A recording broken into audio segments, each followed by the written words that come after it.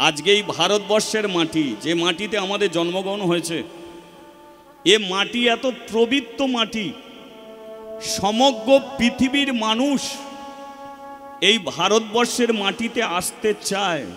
সমগ্র পৃথিবীর মানুষ ভারতে আসতে চায়। কেন জানো? কারণ ভারতের যেদিকে তাকাবে সেদিকে তীর্থস্থান, যেদিকে তাকাবে সেদিকেই তীর্থস্থান। শুধু তাই নয়, ভারতবর্ষের মাটি যেখানে দাঁড়িয়ে তুমি এই মাটি মাথায় তুলবে, জানবে কোনো দেবতার চরণ ধুলি, তা নয় ভগবানের চরণ। কিন্তু এই মাটিকে ভালো করার জন্যে, এই মাটিকে ভালো করার জন্যে কালী আসেনি, দুর্গা আসেনি, শিব আসেনি, একমাত্র তুমি এসেছ। এই ভারতবর্ষের মাটিতে অত্যাচারকে রক্ষা করার জন্যে তুমি বলেছ, যদা যদা হি ধর্মস্য গ্লানের ভবতি ভারত অভ্যস্থানং অধর্মস্য তদাত্মানং সৃজাম্যহম। তুমিই বলেছ, পরিত্রাণায় সাধুনাং বিনাশায় চ দুষ্কৃতাম ধর্ম সংস্থাপনায় অর্থায় সম্ভবামি যুগে যুগে। হরি বল, হরি বল। কারণ এ মাটিকে তুমি রক্ষা করে গেছো, এ মাটিতে সাধুদের রক্ষা করে গেছো তুমি, বৈষ্ণবদের রক্ষা করে গেছো তুমি, ব্রাহ্মণদের রক্ষা করে গেছো তুমি। আর রক্ষা করতে গিয়ে তোমাকে মাছ হতে হয়েছিল।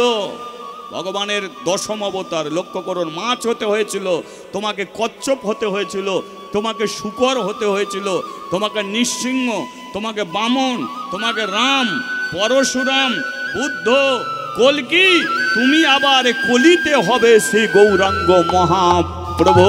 হরি বল। আর এই মাটির নাম দিয়েছ তুমি কি? ভারত মাতা। কি এ মাটিকে তুমি মা নাম দিয়েছ? আমেরিকার মাটিকে মা নাম দেয়নি, চীনের মাটি মা নাম নেই, জাপানের মাটি মা নাম নেই, কিন্তু ভারতবর্ষের মাটিতে তুমি মা করে রেখেছ। কেন তুমি এই মাটিতে মা নাম দিয়ে রেখেছ? কারণ মা যে অপরাধ সহ্য করতে পারবে সেটা অন্য কেউ পারবে না। তদ্রূপ এই ভারতবর্ষের মাটিতে যেমন সাধুগুরু বৈষ্ণবের বাস আছে, তেমন এ মাটিতে অপরাধও হয়ে যাচ্ছে। বলুন তো, সিগারেট খায়, সিগারেট খেয়ে সিগারেটের আগুনটা এই মায়ের বুকে ফেলে দেয়। পান খায়, পানের পিসটা মায়ের বুকে ফেলে দেয়। মদ খায়, মদের ভাঁড় ভেঙে মায়ের বুকে ফেলে দেয়। আজকে যে কোনো দোকানে দেখবেন, যে কোনো এতে দেখবেন শিবের ছবি দেয়া আছে, ধূপকাঠিতে দেখবেন শিবের ছবি দেয়া, লক্ষ্মীর ছবি দেয়া। লক্ষ্মী যদি দেবী হয়, শিব যদি দেবতা হয়, তাহলে প্যাকেট থেকে ধূপগুলোকে বার করে নিলে প্যাকেটটা তো মাটিতে ফেলে দিলে, আর সেই প্যাকেটটাকে মারিয়ে মারিয়ে চলে যাই আমরা, তাই তো? তাহলে চিত্রপটে যদি ভগবান থাকে, মূর্তিতে যদি ভগবান থাকে, তাহলে ছবিতে আছে ভগবান, তাহলে সেই ছবি যখন পায়ে মারিয়ে যায় তখন তো আমাদের বিবেকে বাঁধে না। এই অন্যায় অত্যাচার এগুলো কিন্তু হয়েও আছে। তাই দয়াশঙ্কর বলল, শোনো, শিব হচ্ছে পরম বৈষ্ণব, এ মন্দিরে তোমরা আসবে কিন্তু শিবের নাম করবে না। ভক্তরা বলল, কি নাম করব? না, যে যেটা পেতে চায় তাকে সেটা দাও। কালী যেটা পেতে চায় কালীকে দাও, দুর্গা যেটা পেতে চায় দুর্গাকে দাও, শিব যেটা পেতে চায় সেটাকে দাও। বাড়ির সামনে ভিখারি এসেছে, এক গ্লাস জল দাও। চাইলো জল, তোমার টাকা আছে বলে এক গ্লাস ঘি দিলে। জলের চেয়ে ঘিয়ের দাম অনেক বেশি, কিন্তু ঘি খেলে তার পিপাসা মেটে না, একমাত্র জল খেলেই তার পিপাসা মেটে। তাই তো তুমি মিষ্টি দোকানে গিয়ে যদি বলো 2 কিলো খাসির মাংস দাও, দিতে পারবে না। আর মাংস দোকানে গিয়ে যদি বলো আমাকে একটু মিষ্টি দাও, সে দিতে পারবে না। তাহলে যে যেমন তাকে সেটা দিতে হবে। তাহলে শিব যেটা চায় তোমাদের সেটা দিতে হবে। কি দেবো? শিবের চরণ তলে বসে হাতে তালি দিয়ে তোমরা হরিনাম করবে, এতে শিবের কৃপা হবে। শিব শুনবে, কৃপা করবে। তাহলে আজকে কাশীর মন্দিরে যেখানে শিব প্রতিষ্ঠিত হলো, আর সেই মন্দিরে শিবের নাম হলো না, ভক্তরা কার নাম করে? হরি নাম, শ্রীকৃষ্ণের নাম। এটা করা যাবে? এই মহামন্ত্র নাম করা যাবে কি? করা যাবে? আচ্ছা, যারা যারা করবেন না একবার হাত তুলুন।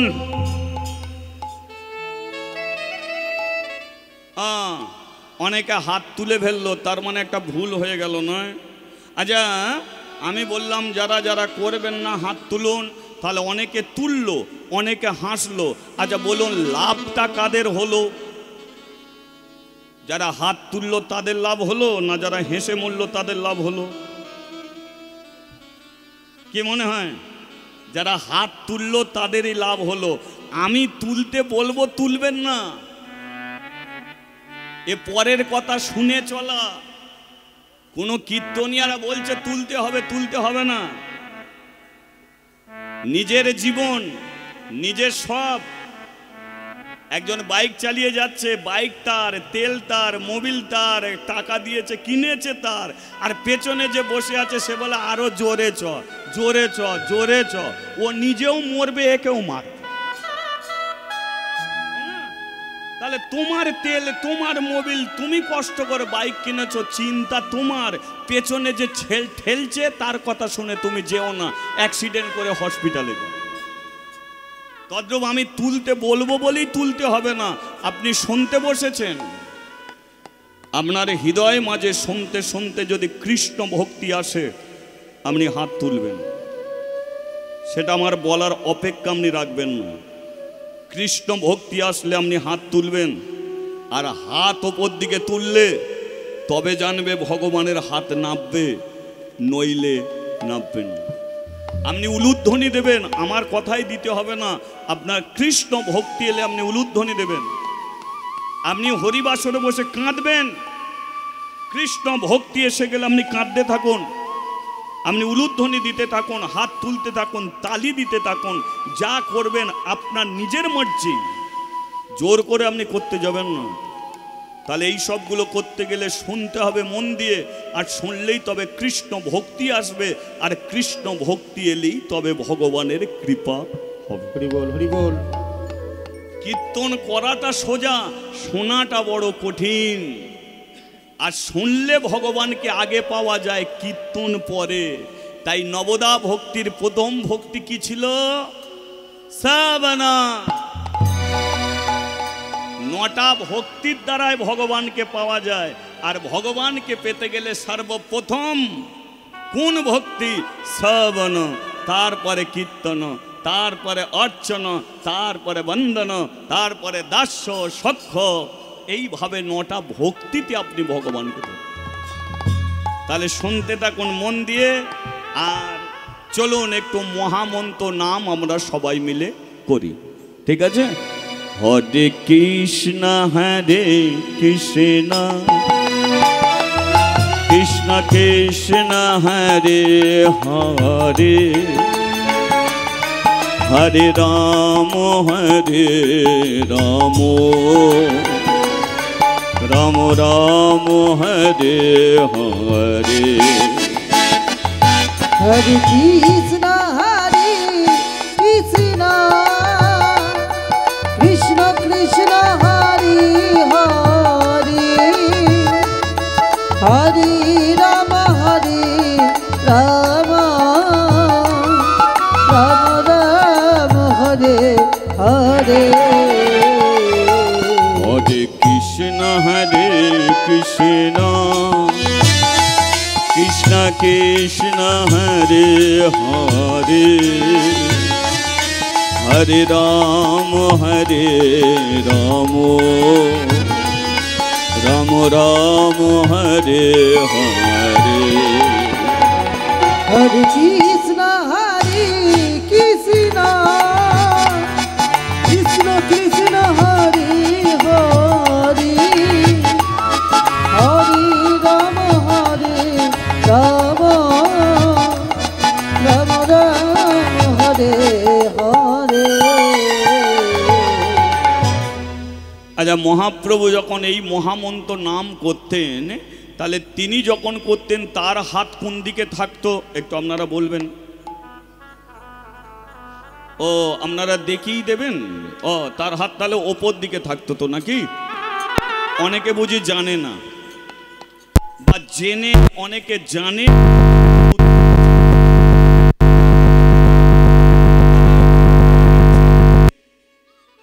হাত আপনি সময় তুলতে হবে না, আপনি একবার হলেও তুলবেন। এই যে বলে হাত তুলে, শব্দটাকে বুঝে নিন। এটা হিন্দি শব্দ আছে তুলে, তুলে। তাহলে মহাপ্রভু বলল এ হাত তুলে, এ হাত তুলে।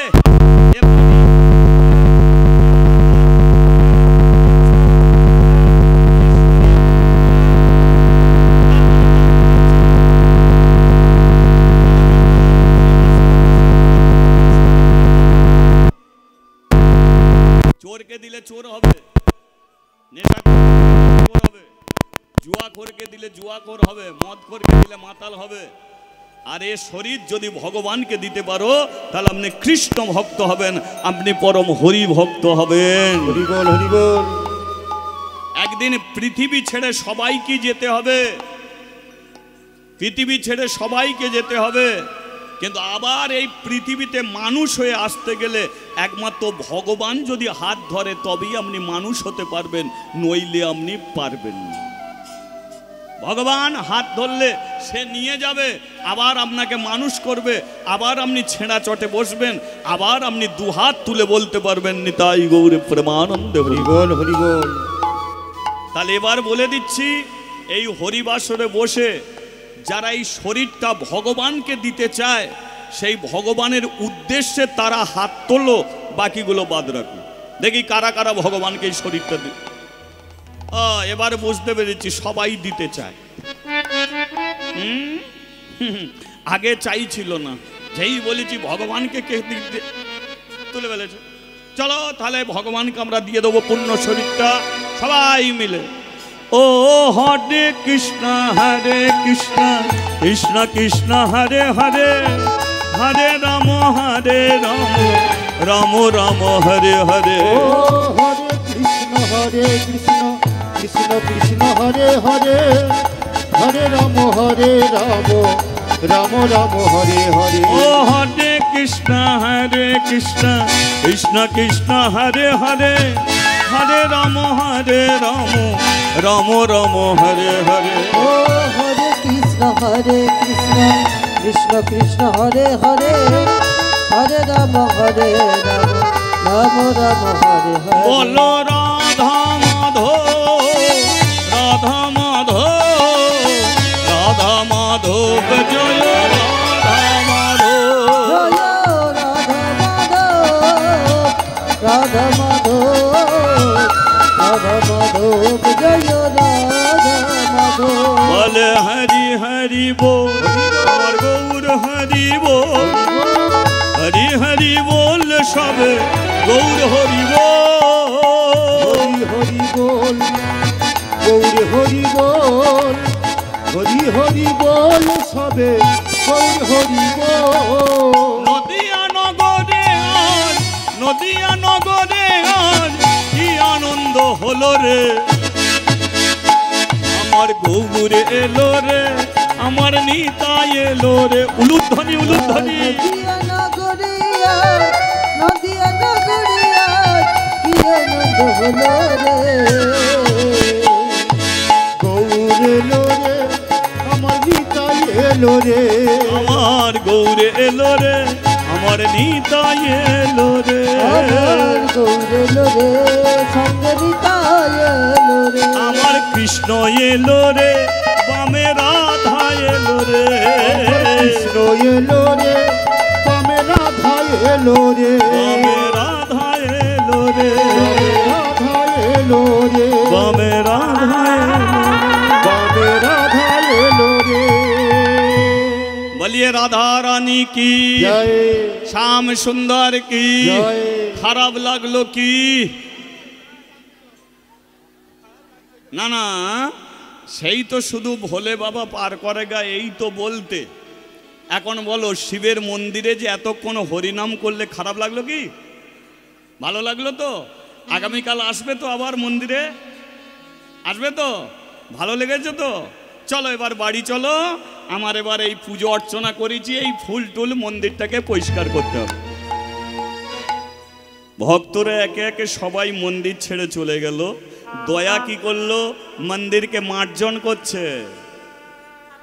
যে প্রদীপ জ্বেলেছিল প্রদীপটা আমি নিভিয়ে দিল, যে আসনে পুজোয় বসেছিল আসনটা গুটিয়ে রাখলো, ধূপ জ্বেলেছিল ধূপের কাঠিগুলো ফেলে দিল, ঝাড়ু দিয়ে মন্দিরকে মার্জন করছে। হঠাৎ মন্দিরের সিঁড়ির নিচে একটা বাচ্চা মেয়ে এসে ডাকছে, ও বাবা, বাবা, ও বাবা। দয়া বুঝতে পারলো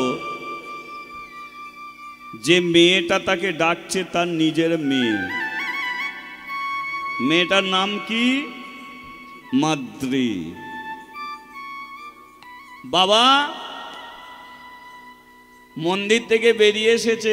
কিরে মা, ডাকছিস কেন? ও বাবা, মা দুপুরবেলা স্নান করেছিল, তুলসী তলায় জল দিল, নেচে নেচে 7 পাক ঘুরল, তারপরে গলায় কাপড় দিয়ে প্রণাম করলো, আর উঠতে পারেনি। তুলসী তলায় মা শুয়ে পড়েছে। আমি মাকে অনেক করে বললাম, ও মা আমার খিদে পাচ্ছে, আমাকে খেতে দাও, খেতে দাও, খেতে দাও। মা এমন ঘুমিয়ে পড়েছে, আর ঘুম থেকে উঠছে না। আমি ডেকে ডেকে তুলতে পারিনি। তাই চলো না বাবা, মাকে ডেকে তুলবে, মায়ের হাতে আমি ভাত খাবো। পূর্ণ মৃত্যু, অর্ধ মৃত্যু। মানুষ প্রতিদিন মরে, প্রতিদিন জাগে। সারা দিনের কর্ম সেরে মানুষ যখন রাত্রিকালে ঘুমিয়ে পড়ে তখন তার মৃত্যু হয়। তখন সে জানে না কোথা শুয়ে আছে, এটাও সে জানে না। সকালবেলা যখন ঘুম ভাঙে আবার সে জীবিত হয়।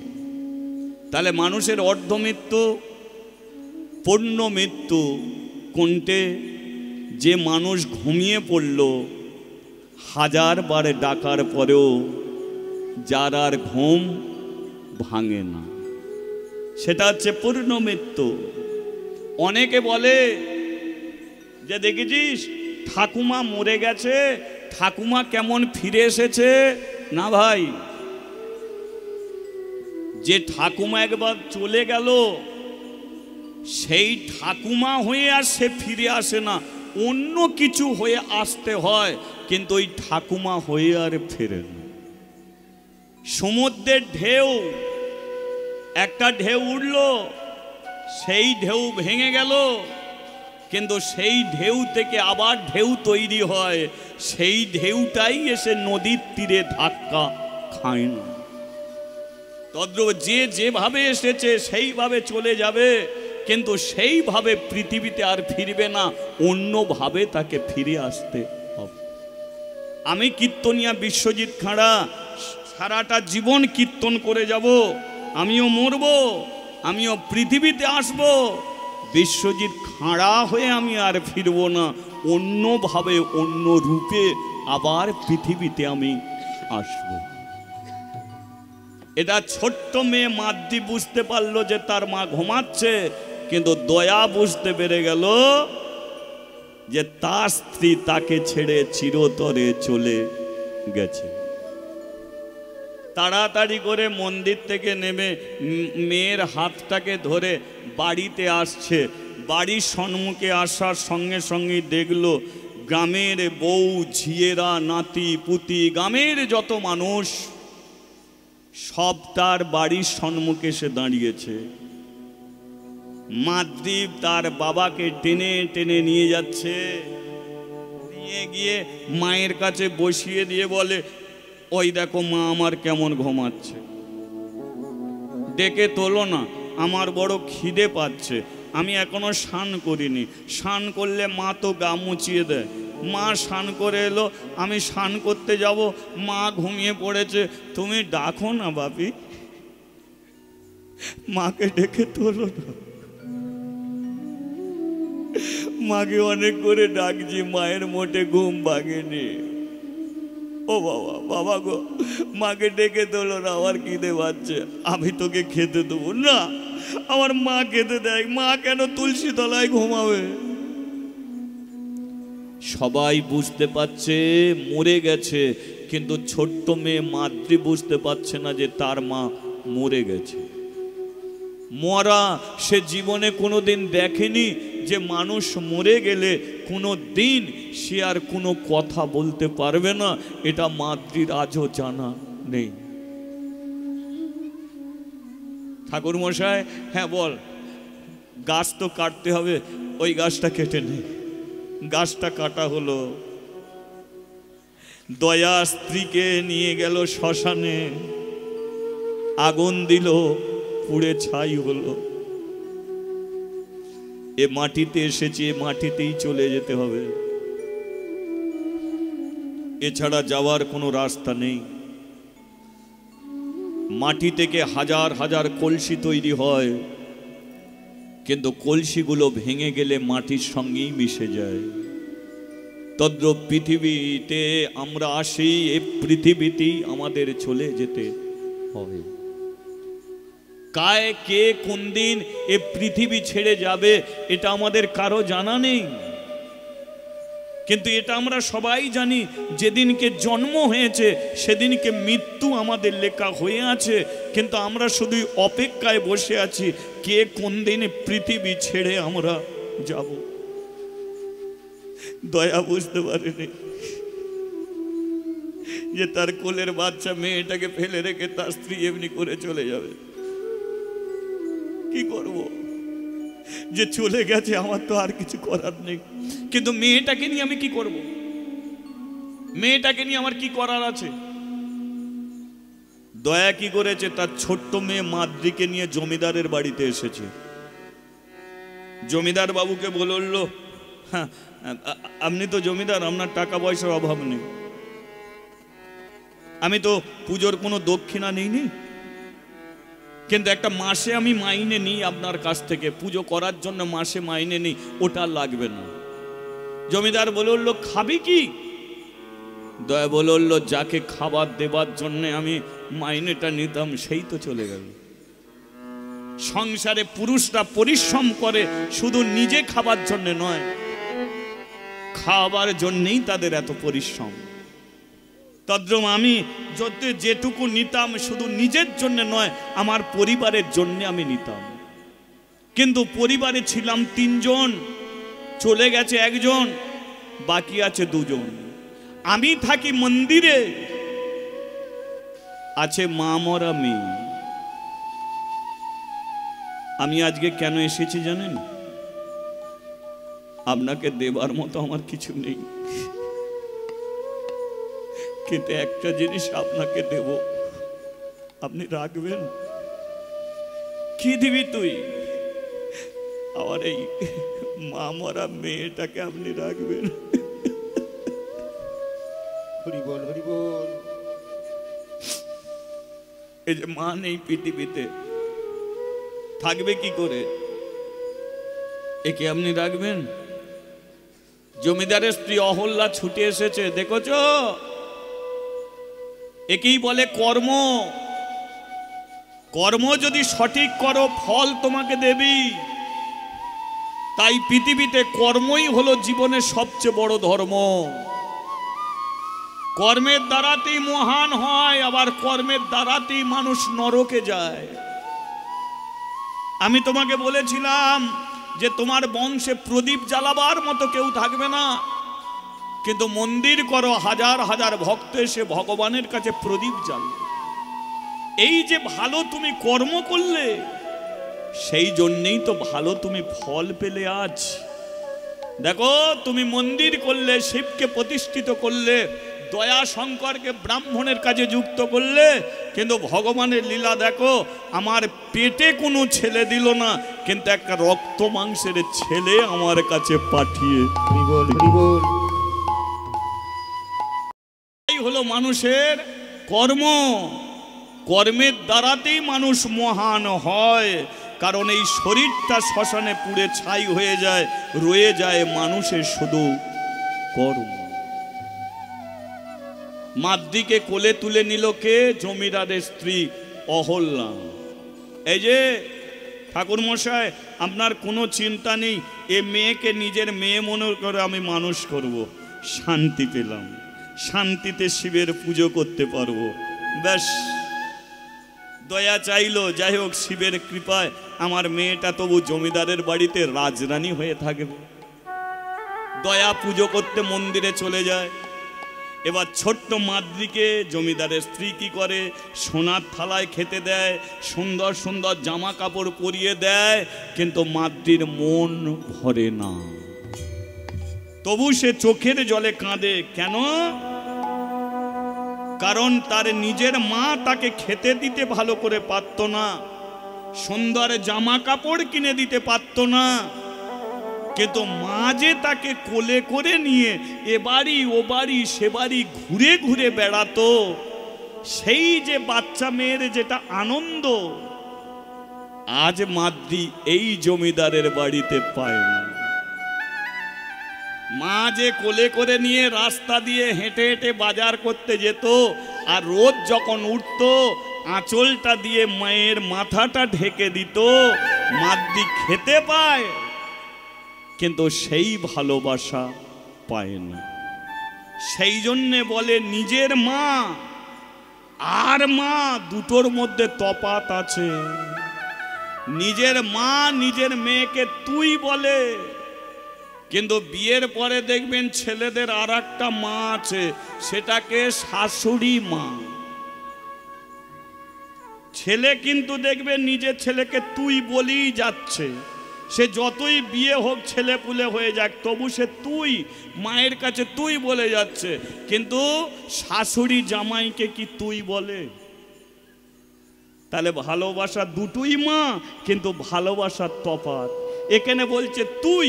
আচ্ছা, তুই শব্দে কি ভালোবাসা কমে যায়? জেনে দেখবেন তুই শব্দে সবচেয়ে বেশি ভালোবাসা লুকিয়ে আছে।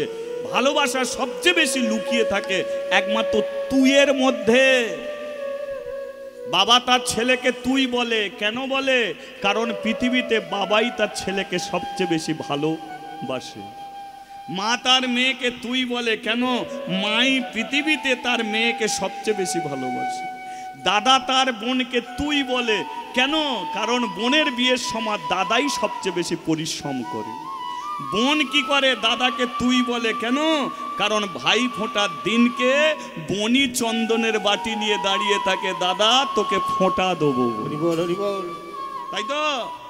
তাহলে বলুন তো, তাহলে তুইয়ের মধ্যে সবচেয়ে বেশি ভালোবাসা।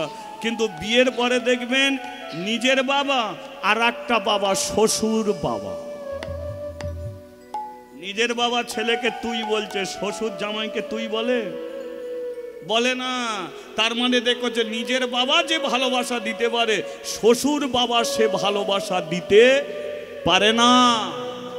কিন্তু আজকাল দিনে ছেলেরা বিয়ের পরে নিজের বাবার দিকে তাকাচ্ছে না, শ্বশুর বাবা এলে এক হাত জিভ বার করে থাকে পায়ে ধুলো নেবে বলে। নিজের মাকে চিনতে পারে না। শাশুড়ি মা এলে দেখবে টুক টুক করে প্রণাম করছে, নিজের মায়ের পায়ে হাত দিতে চায়। তদ্রূপে পৃথিবীতে নিজের মা সারা জীবন ছেলের জন্য চোখের জলে কাঁদবে, এছাড়া পৃথিবীর অন্য কোনো মা ছেলের জন্য চোখের জলে কাঁদে না। তাই মাদ্রির সব আছে কিন্তু মা নেই, বড় ভালো লাগে না।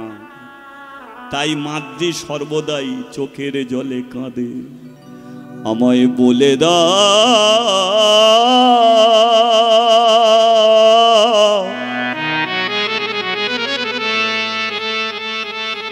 হে গোপীনাথ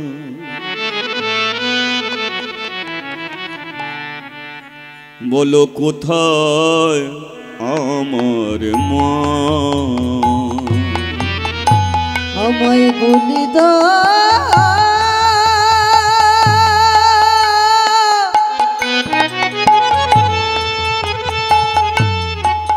হে গোপীনাথ, বলো কোথায় আমার মা, বলে দাও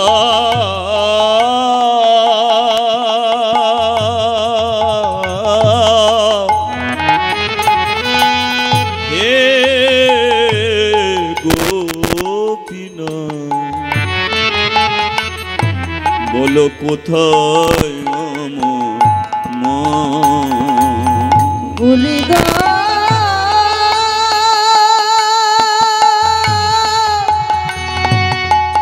হে গোপীনাথ, বলো কোথায় আমার মা, ডাকি আমি মামা বলে, মা যে আমার নেয় না কোলে, ডাকি আমি মামা বলে, মাঝি আমায় নাই না কোলে, ডাকি আমি মামা বলে, মা যে আমার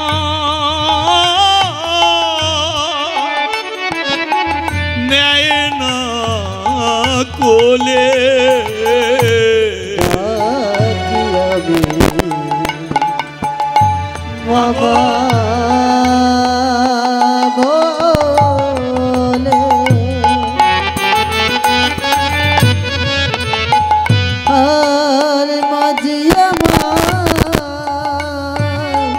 নাই না কোলে, সবাই এলো মা যে আমার ফিরে এলো না, আর সবাই এলো মাঝি আমার ফিরে এলো না, মাগো সবাই এলো মা যে আমার ফিরে এলো না, সবাই এলো মাঝি আমার ফিরে এলো না, বলো কোথায় আমার মা, বলো কোথায় আমার মা, বলো কোথায় আমার মা, কোথায় আমার মা, ফিরে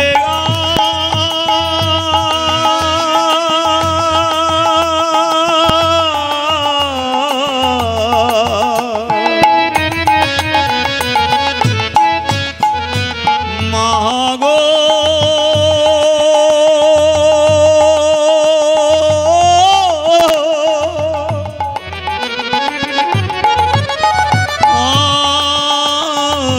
ফিরে ফিরে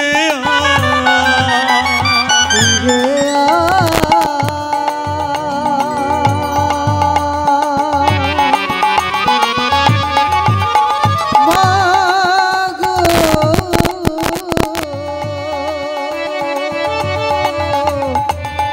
ফিরে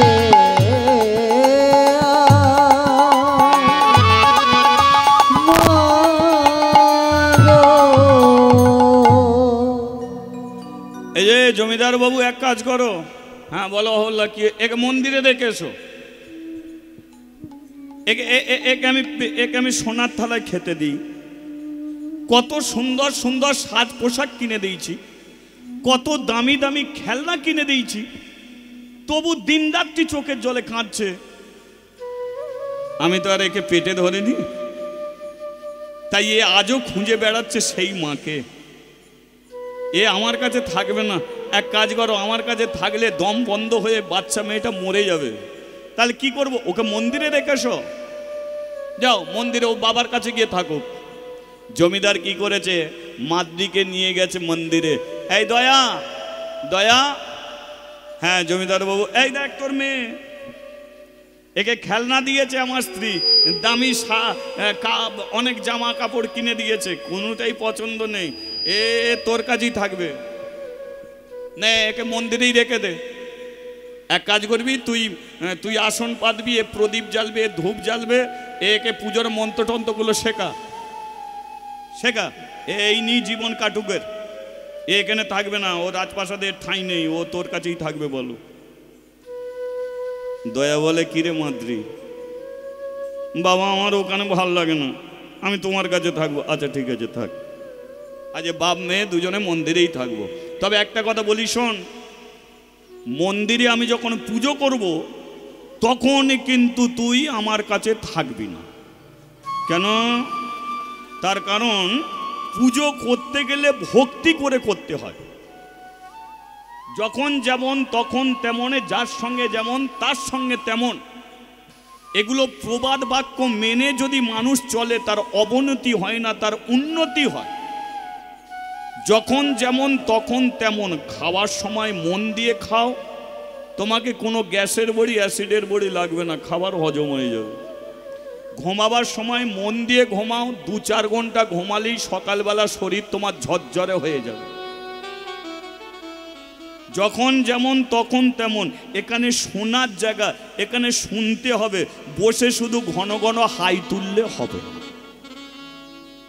এখানে শোনার জায়গা, এখানে ঘুমাবার জায়গা নেই। ঘুমাবার জন্যে শ্বশুরের চন্দন কাঠের খাট আছে, নাক ডাকিয়ে ঘুমাও, কেউ কিছু বলবে না। তাহলে শোনার জায়গায় শোনো, বলার জায়গায় বলো, ঘুমাবার জায়গায় ঘুমাও। তদ্রূপ পুজো করার সময় মন দিয়ে পুজো করো। নালে ঠাকুর ঘরে গেলাম, একটু বাতাসা দিলাম, একটু নকুলদানা দিলাম, একটু সন্দেশ দিলাম, একটু মিষ্টি দিলাম, হোং নব কোনো রকমে সেরে দিয়ে ব্যাস হয়ে গেল। এ পুজো নয়, এ পুজো কোনো দিনের জন্য হতে পারে না। পুজো করে ভগবানের কাছ থেকে কিছু চেও না, ভগবানকে ডেকে যাও, ভক্তি করে ডেকে যাও। তদ্রূপ পুজো যখন আমি করব, তুই যদি এদিক ওদিক করিস, মা মন চঞ্চল হয়ে যাবে, শিবের পুজো আমি করতে পারবো না। তাহলে বাবা আমি কি করব? আমি যখন পুজো করব, তুই মন্দিরের বাইরে, দরজার বাইরে থাকবি। থেকে কি করব? আমি যে মন্ত্র উচ্চারণ করব সেই মন্ত্রগুলো শুনবি, শুনলে দেখবি শোভন মঙ্গল, কি শোভন মঙ্গল। হরিবাসরে আসতে হবে না, হরিবাসরে বসতে হবে না, শুধু শুনে নাও যে চরণদাস চকে গ্রামে হরিনাম হবে, এতেই তোমার মঙ্গল। হরিবল হরিবল। গঙ্গার জলে ডুব দিলে তবে পাপ থেকে মুক্তি হয়, কিন্তু হরিনাম এমন একটা জিনিস, হরিবাসর দেখতে হবে না, শুধু হরিনাম হবে এই কথাটা শুনলেই তুমি পাপ থেকে মুক্তি পেয়ে যাও। তাই শ্রবণ মঙ্গল, আমি যে মন্ত্র উচ্চারণ করব শুনবি, শুনলেই এতে মঙ্গল হবে। বাবা তাই হবে। এবারে দয়াশঙ্কর ভেতরে প্রদীপ জ্বেলেছে, ধূপ জ্বেলেছে, এবারে মন্ত্র উচ্চারণ করছে। কিন্তু বলুন তো, আজ পর্যন্ত কোনো পূজার মন্ত্র আপনি বাংলা ভাষায় পেয়েছেন কি? মন্ত্র কিসে লেখা আছে? সংস্কৃত মন্ত্র, তাই তো? বাংলা ভাষায় কোনো মন্ত্র নেই, যত মন্ত্র সব সংস্কৃত মন্ত্র লেখা আছে। আর সেই জন্যে ব্রাহ্মণরা যেটা বলে আমরা বুঝি না, সেটা আমরা দিয়ে দিই। যেমন কালী পুজো হবে, 5খানা শাড়ি লাগবে। তুমি যদি বলো হ্যাঁ গো মা কালী তো শাড়ি পরে না, উলঙ্গ কালী, মা কালী তো শাড়ি পরে না, তুমি শাড়ি চাইছো কেন? বলে মন্ত্র লেখা আছে, সংস্কৃত মন্ত্র তুমি বোঝো না, তুমি বুঝলে হ্যাঁ মন্ত্রে শাড়ি লেখা আছে, দিয়ে দিলে। 5খানা ধুতি লাগবে, ধুতি কেন না শিব ধুতি পরবে, আমরা সারা জীবন জানি সে বাগঝাল পরে, কি ধুতি তো পরে না শিব, মন্ত্রে লেখা আছে। আমরা জানি যে সংস্কৃত মন্ত্র লেখা থাকতেও পারবে, ধুতি দিতে হবে। এইরকম দিতে দিতে শিয়াল যে গামছা পরে বাপের জন্মে শুনিনি, শিয়ালের জন্য গামছা লাগে, লাগে তো। শিয়াল গামছা কবে থাকতে পড়ছে আমরা তো জানিনি। এখন যদি বলো শিয়াল গামছা পড়ে, মন্ত্রে লেখা আছে, সংস্কৃত মন্ত্র, বুঝি না, গামছা লাগবে সেটাও দিয়ে দিই। তাহলে এই যে সংস্কৃত মন্ত্র উচ্চারণ করছে একটা 5 বছরের মেয়ে বুঝবে কি করে? একমাত্র বাংলা ভাষাতে একটা জিনিসই লেখা আছে, সেটা মন্ত্র নয়, সেটা হলো মহামন্ত্র। এক হলো মন্ত্র আর 2 হলো মহামন্ত্র। মহামন্ত্র কোনটে? কলিযুগে হরে কৃষ্ণ কৃষ্ণ কৃষ্ণ হরে হরে, হরে রাম রাম রাম হরে হরে। এটা মন্ত্র নয়, এটা হচ্ছে মহামন্ত্র। তাহলে মন্ত্র আর মহামন্ত্র দুটোর মধ্যে তফাৎ কি? কালী মন্ত্রে কালীকে পাবে, দুর্গা মন্ত্রে দুর্গাকে পাবে, শিব মন্ত্রে শিবকে পাবে, মনসা মন্ত্রে মনসাকে পাবে। কিন্তু কলির মানুষ যদি হরে কৃষ্ণ মহামন্ত্র নাম করে, এই নামের দ্বারাতে কালী, দুর্গা, লক্ষ্মী, সরস্বতী সবাই কি হরি বল হরি বল। তাহলে যার দ্বারাতে, যে মহামন্ত্রর দ্বারাতে 33 কোটি দেবদেবীকে পাবে, সেই মহামন্ত্রটা লেখা হলো বাংলা ভাষায়। আর যত দেবদেবীর পুজো অর্চনা হয় সব লেখা হলো সংস্কৃত ভাষায়। কেন মহাপ্রভু বাংলা ভাষায় দিয়ে গেল? কারণ এ মহামন্ত্র এমন একটা মন্ত্র যেটা বাচ্চা থেকে বুড়ো পর্যন্ত বলতেও পারবে, শুনতেও পারবে, লিখতেও পারবে, তারা বুঝতেও পারবে। তাহলে আজকে মাতৃ বুঝবে কি করে? মাতৃ বলে বাবা কি হড়বড় করে কি বলে, ও বাদ দাও তো, ও বাবা ভেতরে মন্ত্র শুরু করুক, আমি বাইরে করি। কি এবার মাতৃ বাইরে কি করছে? কি রাধে কৃষ্ণ গোবিন্দ গোপাল রাধা রমন হরি হরি হরি বল।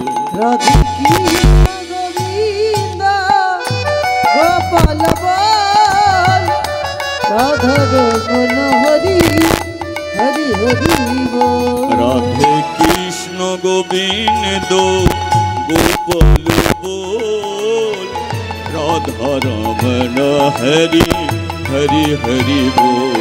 রাধে কৃষ্ণ গোবিন্দ গোপাল বল, রাধা রমন হরি হরি হরি বল।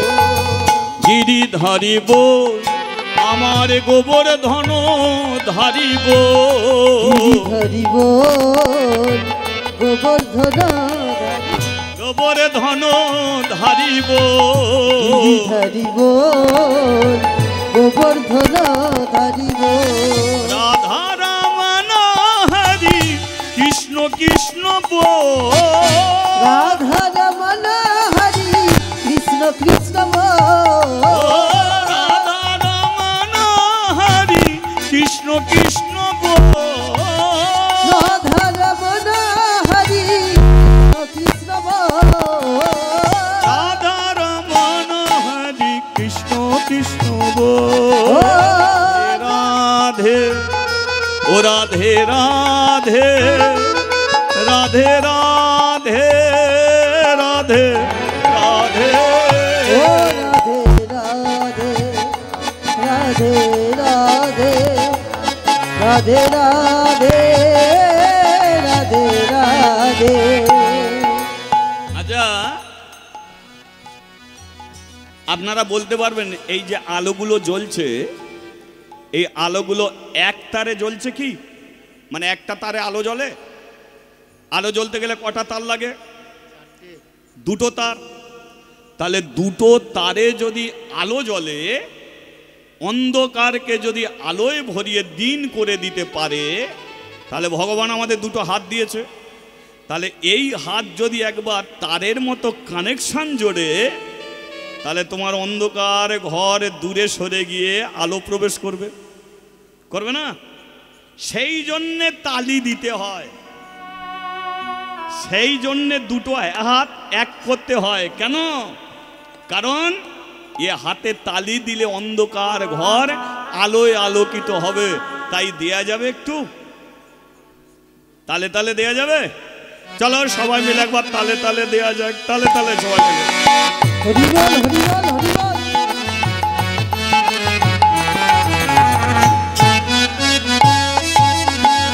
একটু উলুধ্বনি হোক, উলুধ্বনি।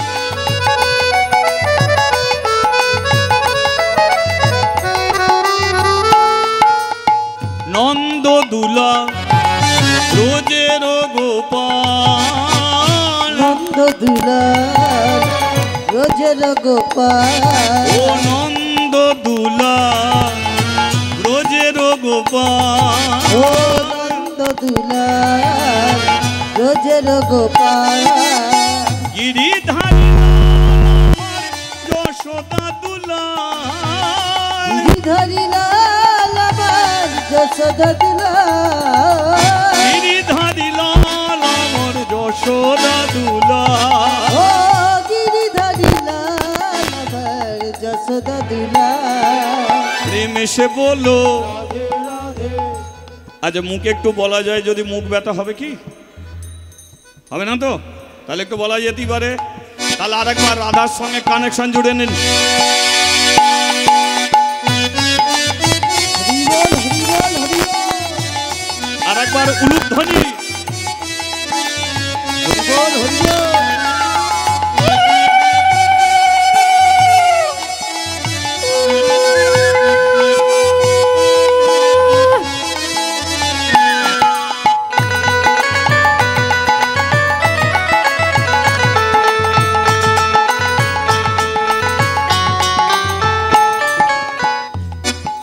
প্রেম এসে বলো। রাধে রাধে। তোরা বন্ধ কর, আমরা তো আবার কালকে কোথায় গিয়ে বলবো, তাই নাকি? আপনারা আর বলার জায়গা পাবে না। এখানে যদি কেউ মনে করে যা আমার বলা হলো না, কমিটিকে যদি বলো আবার হরিবসর করো আমি বলবো, ওরা করবে না। তাহলে যা বলতে হয় বলে নিতে হবে। প্রেম এসে বলো, ভাব এসে বলো, মান এসে বলো, तन से बोलो, दिल में बोलो, सांस में बोलो, आग में बोलो, सामने बोलो, पीछे बोलो, दाएं बोलो, राधे राधे। बाएं बोलो, राधे राधे। तन से बोलो, राधे राधे। तन से बोलो, राधे राधे। प्रेम से बोलो, राधे राधे। हाथ तुले, राधे राधे।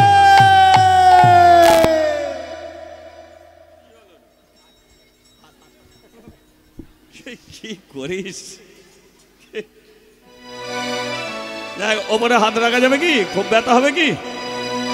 সারি দুনিয়া হে দিবানি রাধা রানী আপকি, बोलो सारी दुनिया है दीवानी राधा रानी आपकी। ও সারি দুনিয়া হে দিবানি রাধা রানী,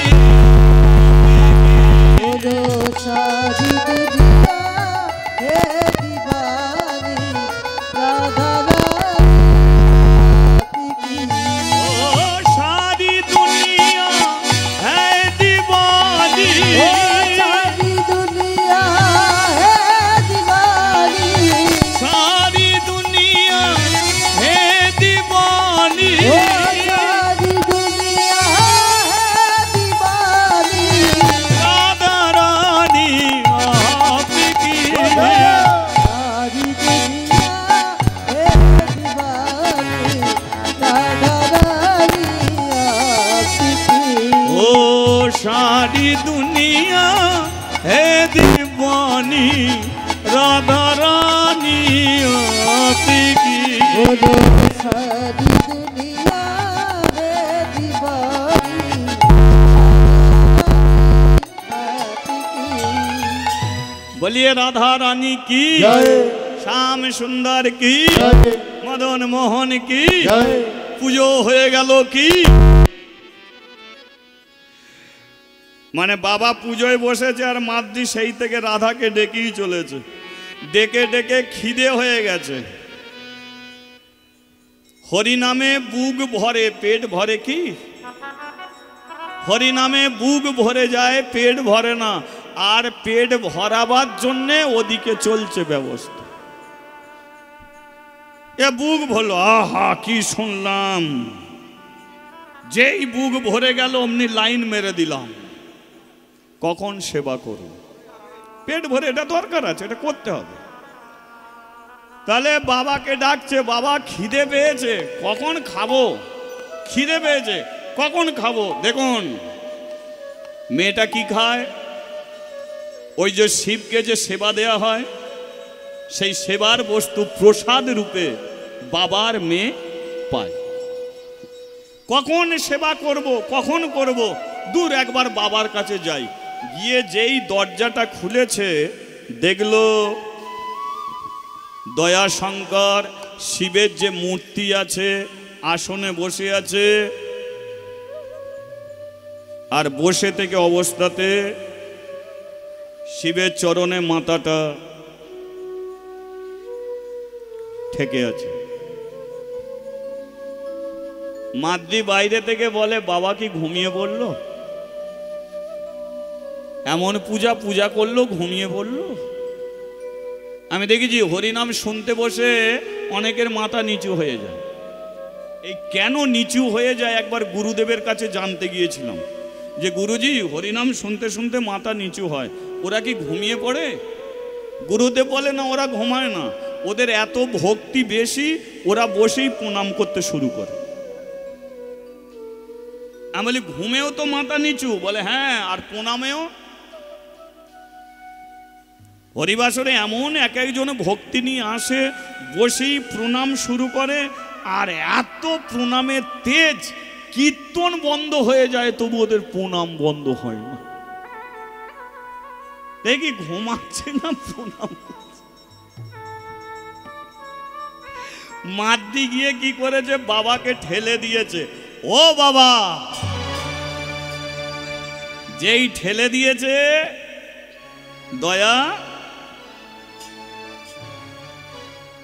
দয়া বলেছিল জমিদার পুজো করব, দক্ষিণা নেব না। কেন? কারণ ভক্তি করে যার পুজো করব, মরি যদি তো তার চরণেই মরব। হরি বল, হরি বল। জপ করো, তপ করো, মরতে জানলে হয়। মানুষ হয়ে জন্মেছি আমরা, গরু ছাগলের মতো মরো না। মানুষ হয়ে জন্মেছি, মানুষের মতো মৃত্যুকে বরণ করো। ভগবানের কাছে গিয়ে এটা সেটা চেও না। সবচেয়ে বেশি মানুষের প্রয়োজন হলো মানুষের মৃত্যুটা চেয়ে নেওয়া, মৃত্যুটা। কারণ ওই মৃত্যুটা কখন কোন মুহূর্তে হবে ওটা জানা নেই। চাঁদে মানুষ পাঠিয়ে দিতে পারছে, কম্পিউটারের সাহায্যে চাঁদে মানুষ পাঠিয়ে দিতে পারছে, কিন্তু যে মানুষ পাঠিয়ে দিচ্ছে চাঁদে, সে নিজে জানে না সে কবে চাঁদে উঠবে। এটাই বড় সবচেয়ে আশ্চর্য জিনিস। প্রত্যেকটা যে মানুষ জানে যে মরতে হবে, কিন্তু কোন দিন, কোন সময়, কোন তারিখে, কোন অবস্থাতে সে মরবে সে নিজেও জানে না। তাহলে যেটা জানি না সেটাকে যদি জানতে পারো, তুমি হাসি মুখে জীবন দিতে পারো।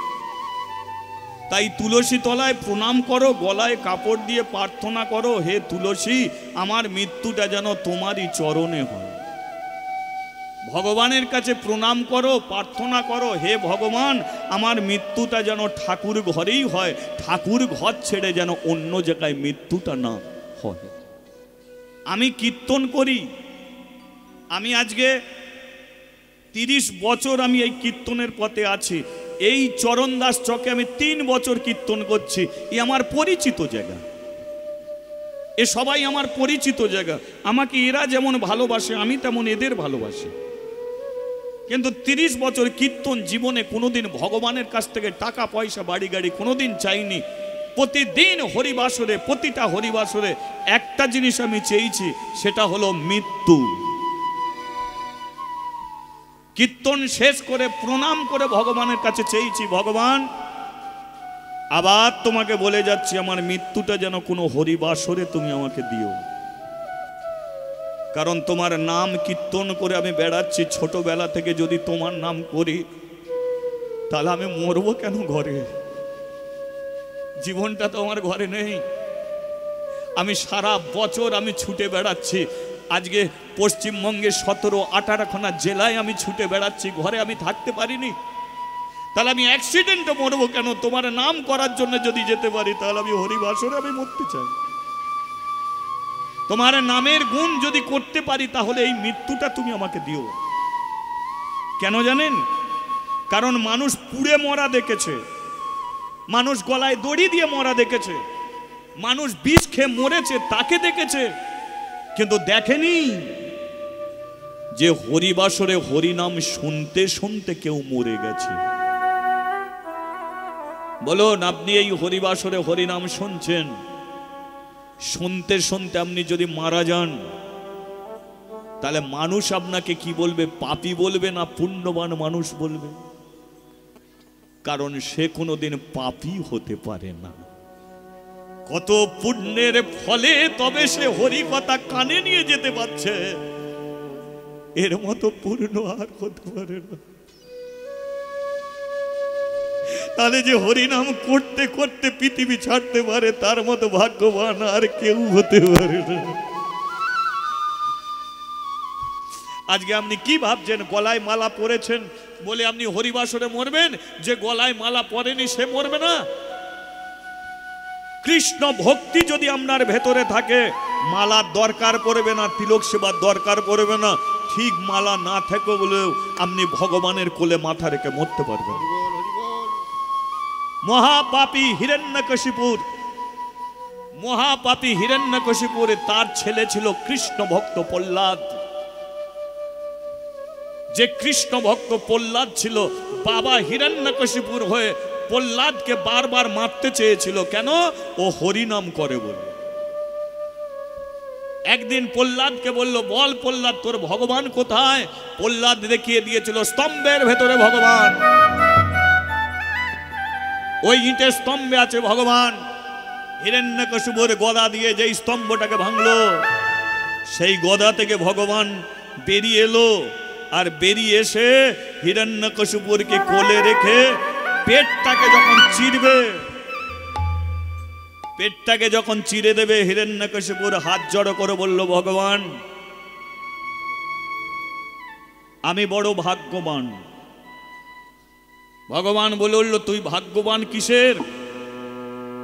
কারণ মানুষ অ্যাক্সিডেন্টে মরে, বিষ খেয়ে মরে, গলায় দড়ি দিয়ে মরে, সুসাইড করে মরে। কজন আছে তোমার কোলে মাথা রেখে মরে? কজন আছে যে তুমি এসেছো তাকে মারার জন্যে? তোমার কোলে আমি মাথা রেখে মরব। তাহলে প্রহ্লাদের উপরে এত অত্যাচার করলি কেন? জীবনের বিশ্বাসটাকে আনার জন্য। বারবার প্রহ্লাদ বলতো আমার ভগবান আছে, ভগবান আছে, ভগবান আছে। আমি ওকে পাহাড় থেকে নিচে ফেলে দিলাম, ফেলে দিয়ে বলেছিলাম, ভগবান তুমি যদি সত্যি থাকো তাহলে আমার ছেলেকে তুমি বাঁচিয়ে দেবে। আমার বিশ্বাস এসে গেল যে তুমি আছো, তাই আমার ছেলেকে বাঁচালে।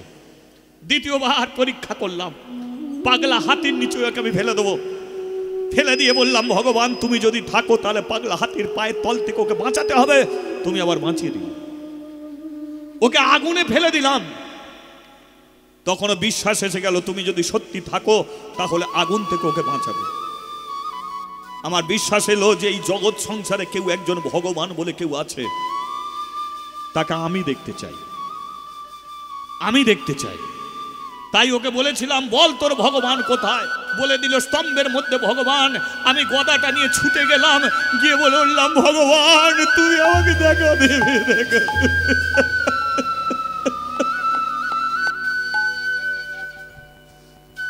স্তম্ভ থেকে বেরিয়ে এসে তুমি আমাকে কোলে তুলে নিলে,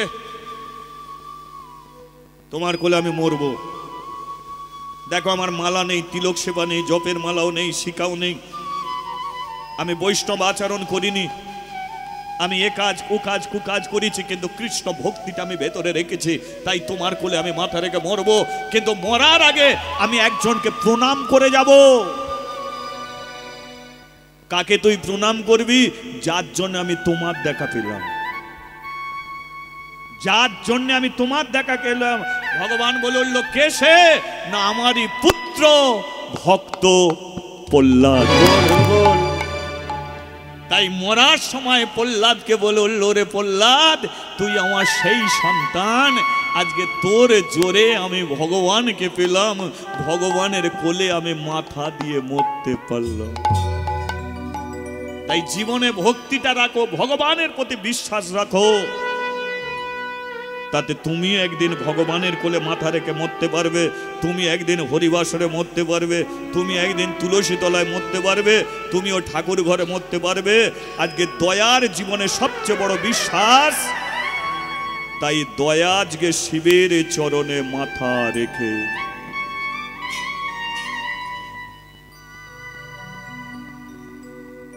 চলে গেল।